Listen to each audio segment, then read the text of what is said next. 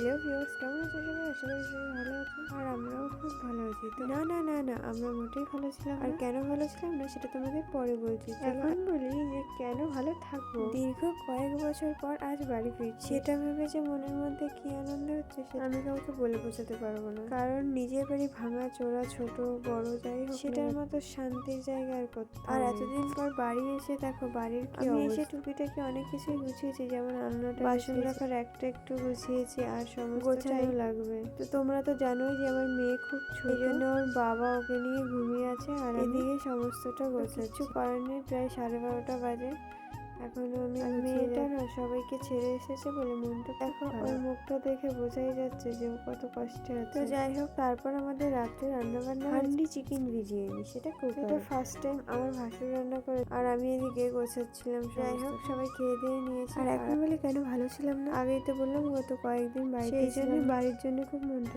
যাই হোক, আমি তো আমার বাড়ি ছাড়া থাকতে পারি না। আমার মতো আছে অবশ্যই কমেন্ট করে। এই পর্যন্ত।